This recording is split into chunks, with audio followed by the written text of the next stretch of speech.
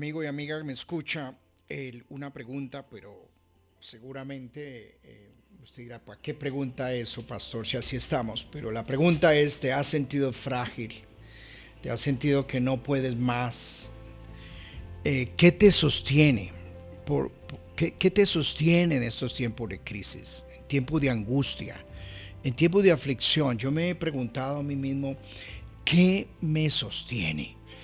Cuando hay tiempos o momentos en los cuales uno como que no puede más, como que quisiéramos responder como dijo Elías, yo no sigo más con esto y me postré en el desierto.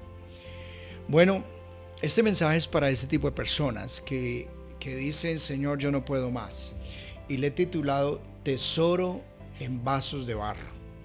Es una palabra que ha llegado fuerte a mi corazón. He estado leyendo 2 Corintios, meditándolo y, y me ha impactado nuevamente. Es un texto, uno de mis textos favoritos que he predicado varias veces en mi vida.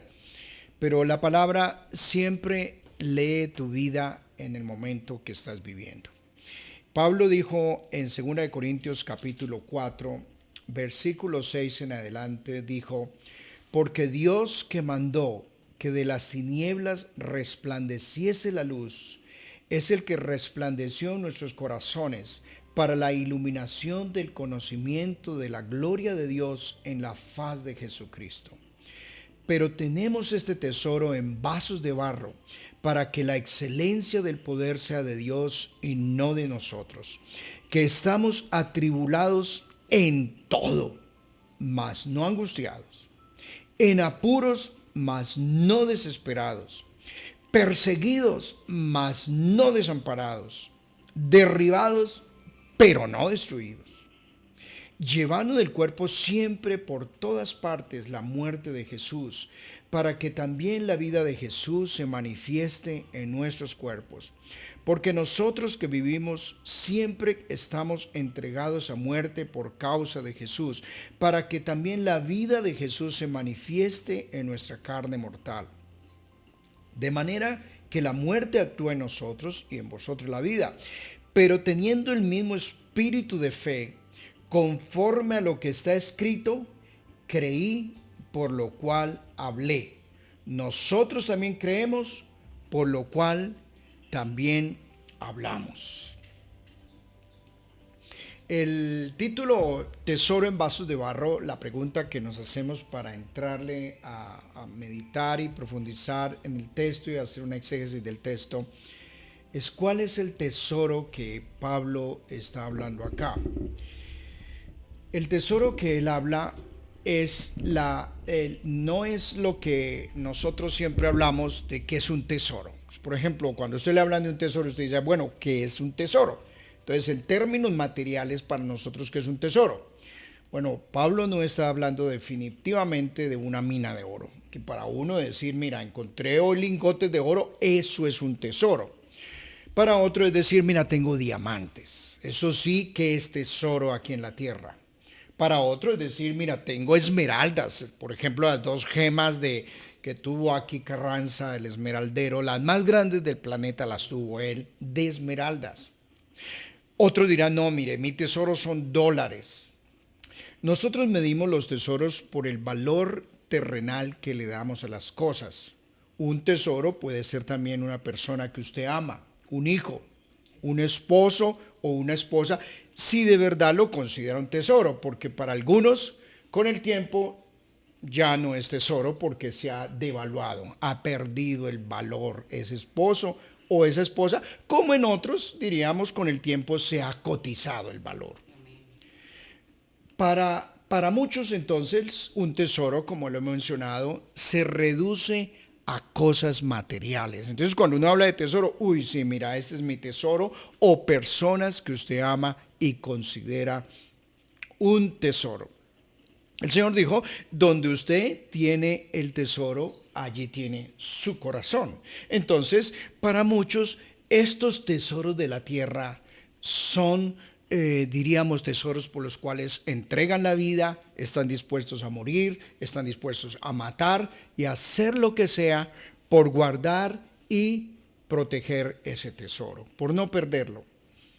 Ahora, para Pablo, ¿cuál fue el tesoro que él habla acá? Para Pablo, en el versículo 6 dice, porque Dios que mandó que de las tinieblas resplandeciese la luz, es el que resplandeció en nuestros corazones para la iluminación del conocimiento de la gloria de Dios en la faz de Jesucristo. El tesoro para Pablo fue haber conocido a Jesús. Jesús es el tesoro escondido, es la perla escondida, es el tesoro de gloria. Y para Pablo, haber sido iluminado, haber tenido la experiencia de ser derribado de su orgullo religioso, de su prepotencia en los títulos que él manejaba, de sus glorias personales, y haber conocido a Jesús, haber tenido ese encuentro que iluminó su corazón y su vida. Para Pablo eso fue el mayor tesoro que él pudo haber encontrado. Y eso lo llevó a que cambió totalmente la tabla de valores y de lo que era el concepto de tesoro en la vida. Para Pablo, sus tesoros era la educación, era los títulos que él tenía, su formación religiosa, era celoso, era su herencia familiar, el linaje que él tenía. Para Pablo su tesoro era su ciudadanía, el lugar donde él había nacido, donde él vivía. Para Pablo todos estos tesoros, que para los muchos aquí en esta tierra eso es tesoro, para muchos dicen es que mi país es el mayor tesoro y la ciudadanía que yo tengo. Yo recuerdo hace muchos años visitar Argentina, y con respeto a argentinos que me escuchen, en esa ocasión me decía, para nosotros el mayor orgullo era tener un pasaporte italiano. Era el mayor orgullo para un argentino en aquella época. Para muchos hoy decir yo soy ciudadano de Estados Unidos o de otro país potente. Entonces los tesoros para Pablo eran eso también, era mira, yo soy ciudadano romano. Y él se sentía orgulloso. Estudié en las mejores escuelas, soy de Harvard, soy de los Andes, tengo la mejor herencia familiar, tengo una cultura. Pablo, cuando conoció a Jesús, todo se le cambió y dijo que todo eso que era valor y tesoros lo consideró como pérdida por la excelencia del conocimiento de Cristo. Cuando él fue iluminado y entendió y conoció a Cristo y conoció lo que era la gracia, todo cambió en su vida. Yo le pregunto a usted que me escucha, ¿cuál es su tesoro por el cual usted está dispuesto a entregar todo, a matar y hacerse matar? Que la gente mata y se hace matar por un tesoro. Tristemente, algunos hasta un celular puede llegar a un tesoro y por eso mata o se hace matar. Una bicicleta, increíblemente, le quitan la vida a alguien por una bicicleta, porque es su tesoro y quieren agarrar ese tesoro. Para muchas personas en este mundo que nunca han conocido a Jesús, el tesoro se convierte en las cosas materiales o en las personas con las cuales están rodeados. El contexto que Pablo está hablando acá era lo que le había sucedido a él. Y Pablo está hablando en el capítulo 3 de lo que le pasó a él y de lo que sucede con muchos que leían el nuevo pacto, el antiguo pacto, y el versículo 14 dice, pero el entendimiento de ellos se embotó, porque hasta el día de hoy, cuando leen el antiguo pacto, les queda el mismo velo no descubierto, el cual por Cristo es quitado. Y aún hasta el día de hoy, cuando leen a Moisés, el velo está puesto sobre el corazón de ellos. Pero cuando se conviertan al Señor, el velo les será quitado. Y note lo que dice capítulo 4, versículo 4. En los cuales el Dios de este siglo cegó perdón, versículo 3. Pero si nuestro evangelio está aún encubierto, entre los que se pierden está encubierto, en el cual el Dios de este siglo cegó el entendimiento de los incrédulos, para que no les resplandezca la luz del evangelio de la gloria de Cristo, el cual es la imagen de Dios. Mira, para los que nunca han conocido a Cristo y no ha resplandecido Cristo en sus corazones, los tesoros que manejan son los tesoros que ven y son los tesoros que de lo que hemos mencionado aquí, temporales. Muchos leen la escritura y no la entienden y no han visto a Cristo. Y le sucede como le sucedió a toda esta generación que Pablo está mencionando del antiguo pacto. Muchos de ellos, los judíos, no vieron a Cristo. Leyeron, conocían la Torá, conocían la escritura, pero había un velo en ellos que no les permitió ver a Cristo.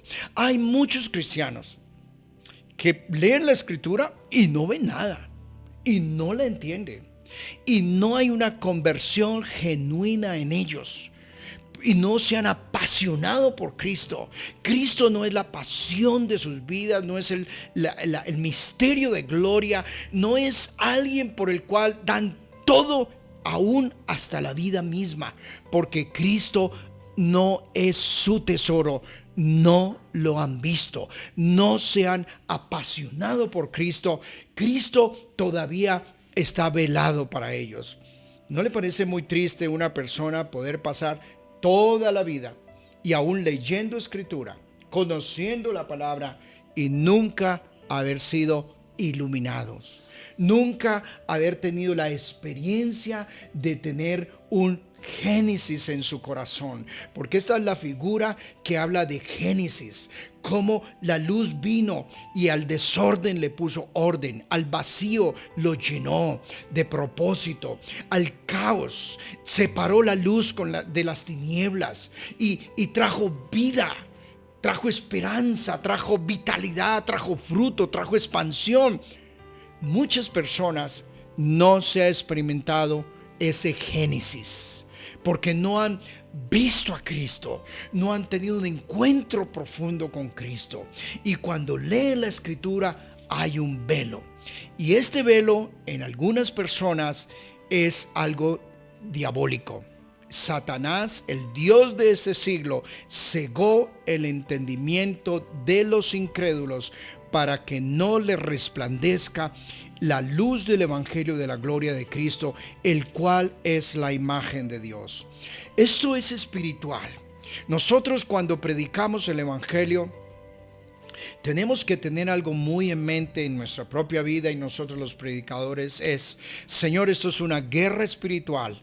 Puede ser que aquí esta persona que está escuchando tiene un velo diabólico, tiene una atadura que no le permite entender y escuchar la palabra, no le permite tener esa revelación. Entonces uno tiene que orar: Señor, la lucha aquí no es contra sangre y carne. Por eso cuando usted va a leer la escritura, a meditarla, si usted no ora para que el Señor quite todo velo en su mente y en su corazón, para que el Señor le abra los ojos y usted pueda ver las maravillas de la ley y ver a Cristo.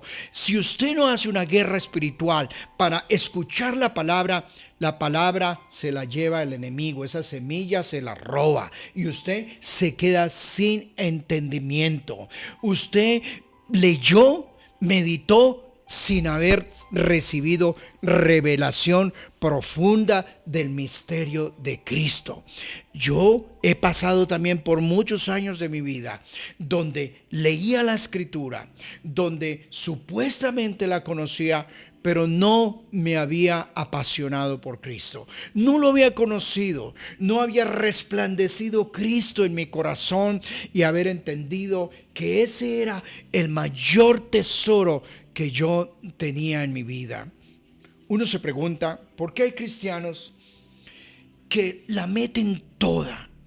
Y uno veía a Pablo, uno lee la escritura de estos hombres que conocieron a Cristo y mujeres que estaban dispuestos a morir, a entregar lo que fuera, que entregaron su vida por Cristo. Los apóstoles, cuando fueron iluminados y apasionados por el Señor, firmaron su acta de muerte. Y uno dice, ¿por qué estas generaciones fueron así?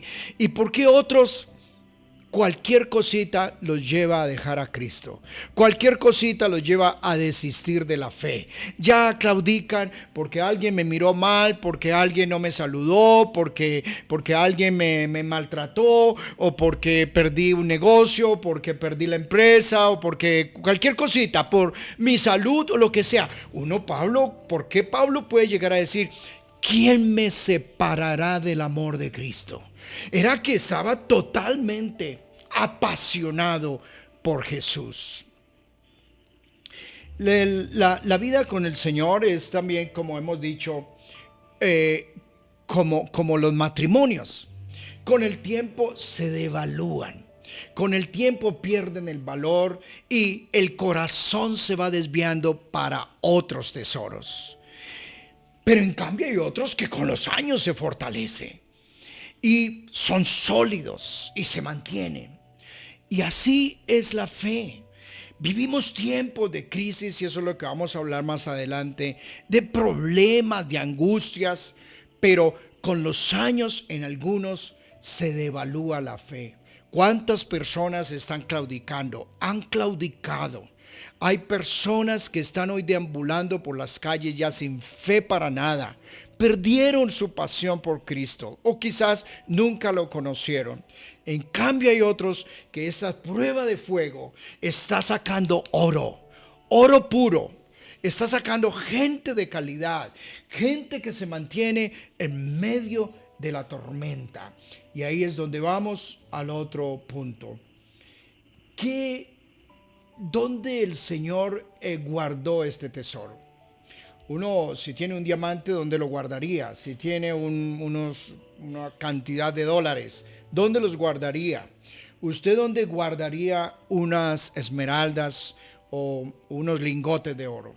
Usted lo pondría en una caja fuerte de mucha seguridad, algo que no se abra tan fácil, algo que sea sólido, que resista terremotos, que resista lo que sea, para que se guarde el tesoro y donde los ladrones no fácilmente puedan llegar a tener acceso al tesoro. El Señor hizo algo que, a mi forma de ver, hizo algo loco. Dejó este tesoro tan precioso, que no es comparado con ningún otro tesoro, lo guardó en un vaso de barro. El mismo vaso de barro que formó desde Génesis. Un vaso que se convierte en polvo, que es nada, que es frágil, que se quiebra, que es barro, que la embarra, que no tiene solidez. Uno diría, ¿cómo se le ocurre a usted poner ese diamante en ese vaso de barro? Si usted llega a una casa y encuentra un vaso de barro ahí bien antiguo, esos barros de los indios, de los indígenas, y usted ¿qué tiene ahí guardado? Tengo un diamante. ¿Qué le diría a todo el mundo? Está loco. Eso se quiebra, eso se puede romper y se pierde el tesoro. Pues sí, mis queridos hermanos, el Señor decidió trabajar con hombres y mujeres que son vasos de barro, y a través de la historia Él escogió lo vil y lo menospreciado, escogió lo frágil, escogió hombres y mujeres en los cuales Él perfeccionó su poder en medio de la debilidad. Pablo entendió que era la gracia a partir de esta revelación, y entendió de que cuando él era débil, era fuerte.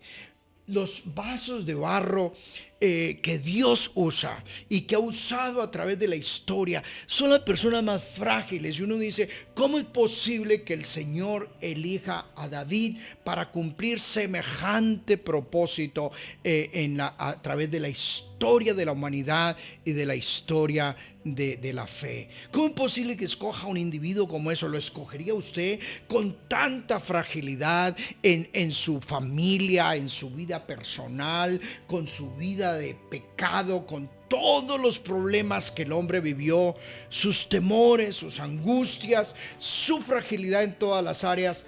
Y Dios escogió a este hombre, y nunca el Señor desistió de su plan y de su propósito. Y fue en la debilidad de este hombre que Dios levantó desde sus generaciones, de la raíz de David, viene el Mesías. Es impresionante cómo a través de la historia Dios ha usado las personas más frágiles que usted no podría imaginar. Y no ha usado esos vasos de diamante, no esos aceros inoxidables, no esos vasos de oro, no esos poderosísimos. Ha usado los frágiles, los que definitivamente nos tenemos que postrar todos los días diciendo: Señor, no puedo.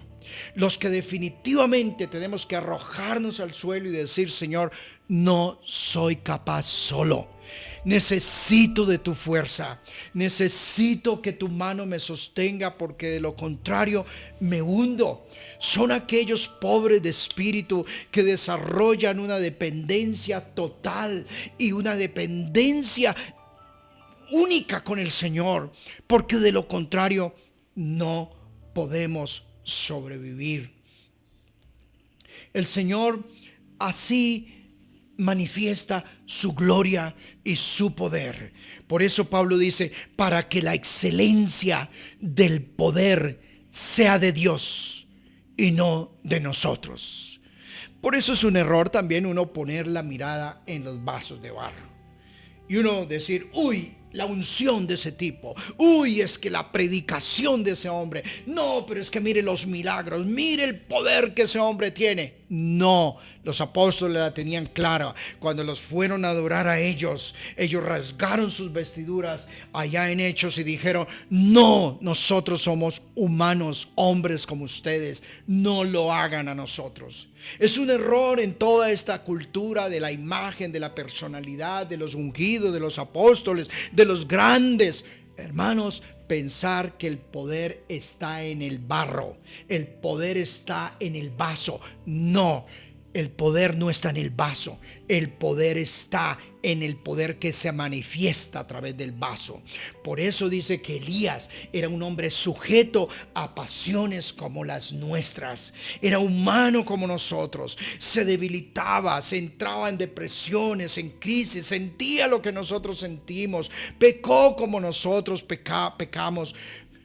Pero este hombre, cuando oraba, se liberaba un poder tremendo a través de él, y el Señor hacía cosas sobrenaturales. Pero Elías fue un hombre que desarrolló una relación de dependencia de Dios. Fue un hombre que oró, que clamó, que se postró, y el Señor a través de ese hombre manifestó su gloria y su poder.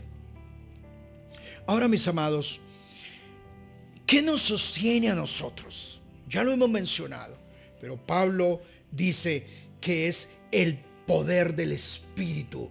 Dice: para que la excelencia del poder sea de Dios y no de nosotros. A nosotros nos sostiene el poder del Espíritu.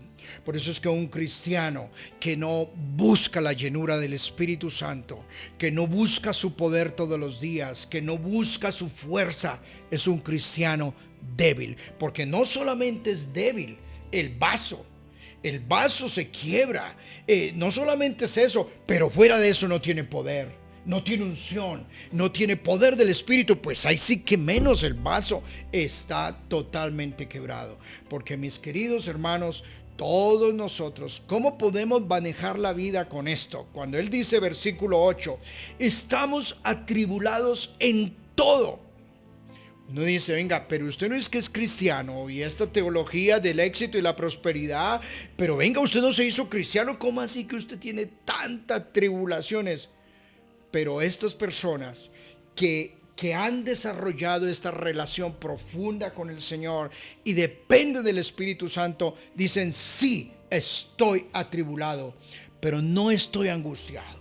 no estoy psiquiátrico, no estoy desesperado. Por eso dice la otra parte, en apuros, mas no desesperado, con deudas, con problemas encima, con luchas, pero no he perdido mi fe.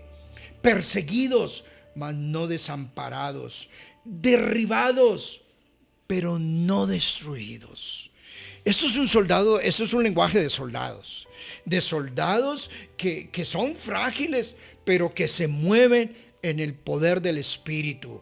Tienen una fuerza interna que pueden decir, mira, me puedo caer 7 veces, pero no estoy destruido.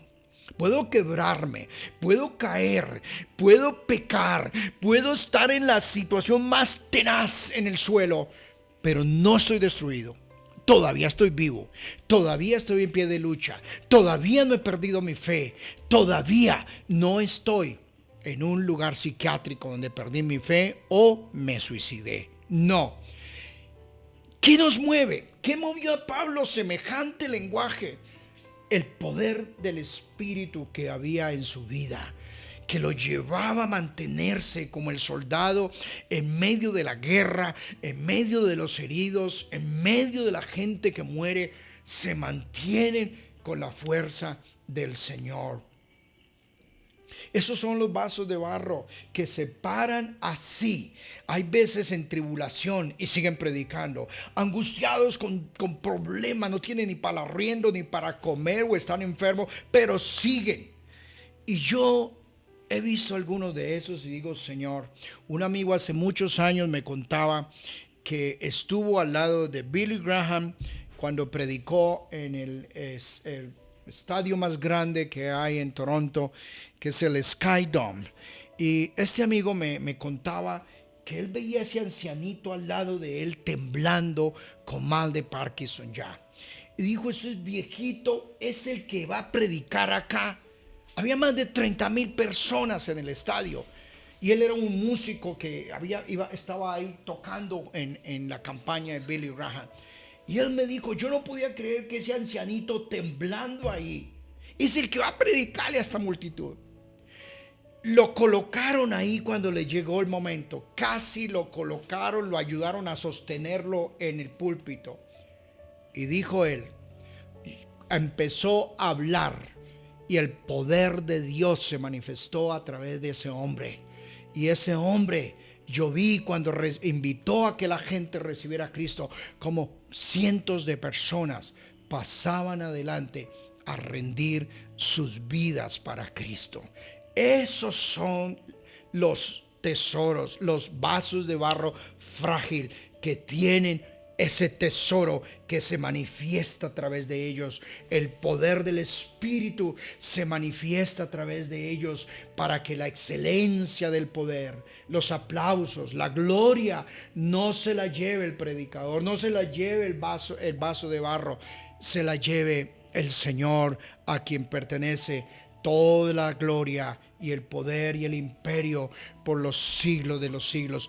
Cómo su poder se perfecciona en nuestra debilidad. Cuando estamos postrados, cuando somos débiles y dependemos de Él totalmente, es que somos fuertes en Cristo Jesús. Así es que nos fortalecemos cada día. Cada día venimos a la presencia del Señor y le decimos, Señor, ya mi gasolina se me acabó. Ya no tengo fuerza, ya no tengo combustible. Necesito renovar mis fuerzas en ti nuevamente. Necesito tu palabra. Necesito una revelación sobrenatural para mi vida. Necesito el poder del Espíritu nuevamente que me levante, porque estoy caído, porque estoy que no puedo más, porque me caí, porque me estoy desesperado, porque estoy en crisis. ¿Qué más sostuvo a Pablo? Lo sostuvo el poder del Espíritu Santo, pero también lo sostuvo su declaración de muerte diaria, llevando en el cuerpo siempre por todas partes la muerte de Jesús, para que también la vida de Jesús se manifieste en nuestros cuerpos. Pablo entendió que fue la muerte, que fue morir para poder vivir, que fue la cruz. Pablo murió a todos esos títulos, a todas esas glorias, a todos esos tesoros. Pablo firmó un acta de muerte y por eso él hizo la tremenda declaración: ya no vivo yo, sino que Cristo vive en mí. Yo he muerto. He muerto para los placeres y las glorias de este mundo y lo que el mundo persigue. Y esa declaración de muerte, sentencia de muerte que se hizo todos los días, fue lo que lo llevó a que se manifestara Cristo en su vida. Y donde quiera que iba, él traía olor a vida, que para otros era olor de muerte, para los que se perdían. La muerte de Cristo solo se puede manifestar, la resurrección de Cristo solo se puede manifestar en los muertos que resucitaron en Cristo. Si no hay muerte, no hay vida. Si el grano no cae y se quiebra y muere, no traerá vida. Y solo esa gloria del Señor se manifiesta en los que murieron y ahora resucitaron. Ahí se ve la faz de Cristo, se ve la gloria de Cristo en esas personas que murieron y ahora tienen vida en Cristo. Uno sabe quién está muerto y quién está vivo. Los vivos para el mundo son muertos para Dios, pero los muertos para Dios son los vivos en Cristo. Aquellos que murieron en Cristo y viven hoy la vida en Cristo Jesús y lo manifiestan en su vida, lo manifiestan a través de su fragilidad, pero la gloria de Cristo se ve en ellos. Y lo último que Pablo lo sostuvo fue la fe, la declaración de fe. Versículo 13, pero teniendo el mismo espíritu de fe, conforme a lo que está escrito, creí, por lo cual hablé. Nosotros creemos, por lo cual también hablamos. Y Pablo está haciendo referencia al Salmo 116. De ahí Pablo tomó esa nota, porque el Salmo 116 lo habla precisamente alguien que está totalmente o estaba totalmente frágil, caído, angustiado. Noten cómo dice el Salmo 116: amo a Jehová, pues ha oído mi voz y mis súplicas, porque ha inclinado a mí su oído. Por tanto le invocaré en todos mis días. Me rodearon ligaduras de muerte, me encontraron las angustias del Seol. Angustia y dolor había yo hallado. Entonces invoqué el nombre de Jehová diciendo: oh Jehová, libra ahora mi alma. Clemente es Jehová y justo, sí, misericordioso es nuestro Dios. Jehová guarda a los sencillos. Estaba yo postrado y me salvó. Vuelve, oh alma mía, a tu reposo, porque Jehová te ha hecho bien, pues tú has librado mi alma de la muerte, mis ojos de lágrimas y mis pies de resbalar. Andaré delante de Jehová en la tierra de los vivientes. Creí, por tanto hablé, estando afligido en gran manera. Qué fascinante el Salmo, qué fascinante como Pablo lo trae a colación, hablando de alguien perseguido, en angustias, con ligaduras, postrado en luchas, pero no perdió su fe. Proclamó la palabra, confesó la palabra, porque usted lo que cree es lo que confiesa. El Cristo que usted ha conocido, ese es el que usted confiesa. En tiempos de angustia, en tiempos de aflicción, aquí sale a flote la calidad de fe, la calidad de fundamentos, la calidad de palabra que usted ha creído y ha proclamado.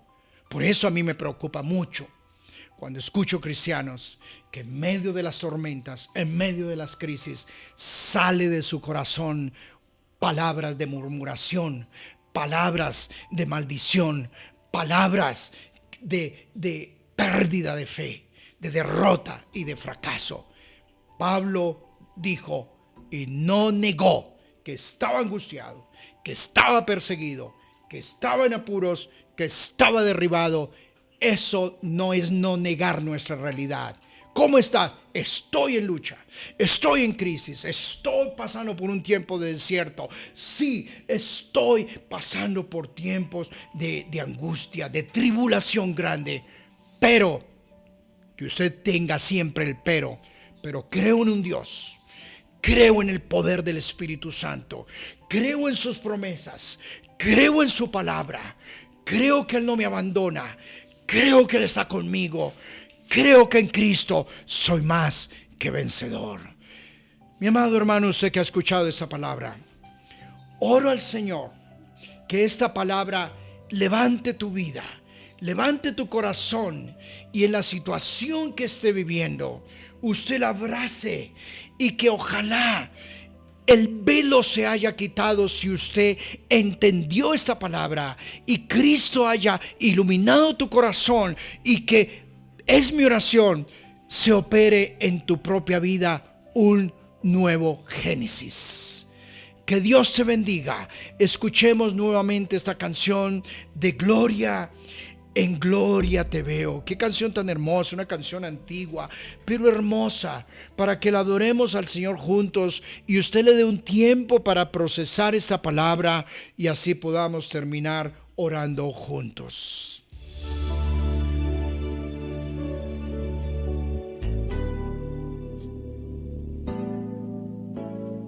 Gloria, en gloria te veo.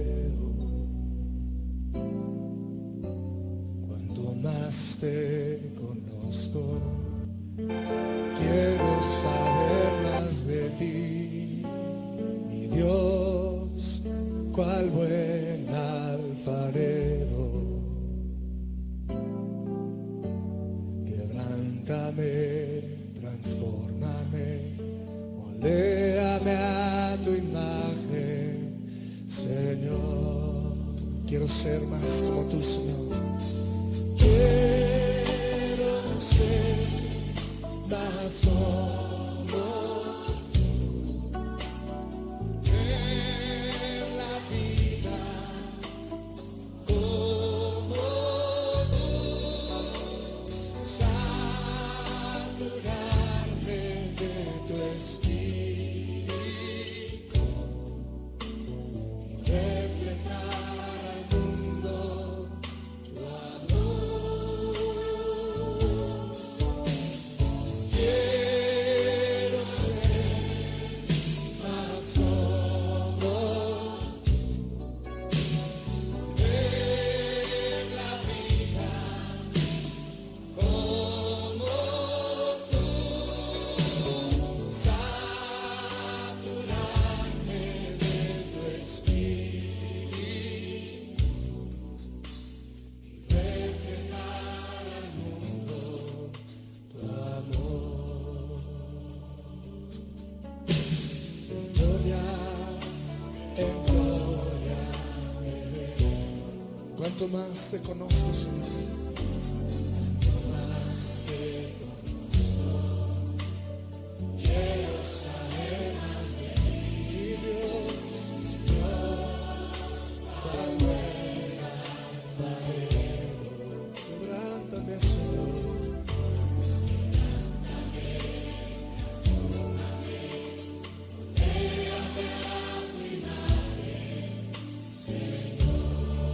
Quiero ser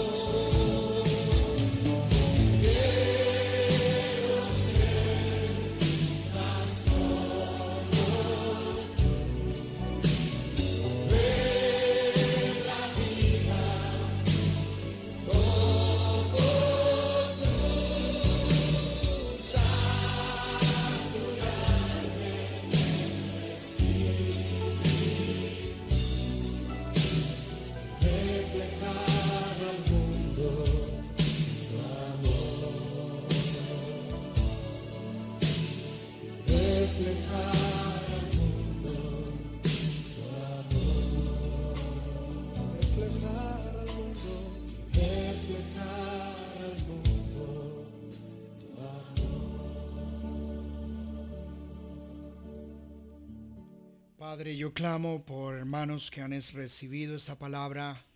Oro para que se opere un nuevo Génesis en nuestras vidas y que Cristo resplandezca en medio de nuestras oscuridades, de nuestro desorden, los vacíos, la falta de propósito. Señor, traiga nueva vida, traiga nueva esperanza en tus hijos. Señor, que no veamos el mundo que nos rodea, veamos a Cristo, que nuestra pasión es Cristo y que, Señor, este tesoro lo guardemos con todo nuestro corazón y que perdamos todo, pero menos el tesoro de Cristo, porque tú eres, Señor, nuestra esperanza de gloria, como le dijo Pablo. Señor, clamo por hermanos que están atribulados, que están angustiados, que están perseguidos, que se sienten desamparados. Señor, clamo en el nombre de Jesús que el Espíritu Santo hoy les haya marcado esa palabra y les haya dicho: nunca los he abandonado, nunca aborté el proyecto contigo, y aunque te hayas caído, yo te levanto, y aunque estés en la situación más tenaz de tu vida, yo te levanto. Solo póstrate, solo busca mi rostro, humíllate ante mi presencia. Pido que el Espíritu Santo, Señor, traiga mucha libertad, mucho gozo y mucha paz y bendición en todos los que recibieron esta palabra. Dios les bendiga a todos. Les recuerdo que estos mensajes se suben a YouTube. Comuníquenos, cuéntenos cómo recibieron esta palabra, escríbanos, denos testimonio de cómo Dios levantó tu vida con esta palabra en este día. Amén.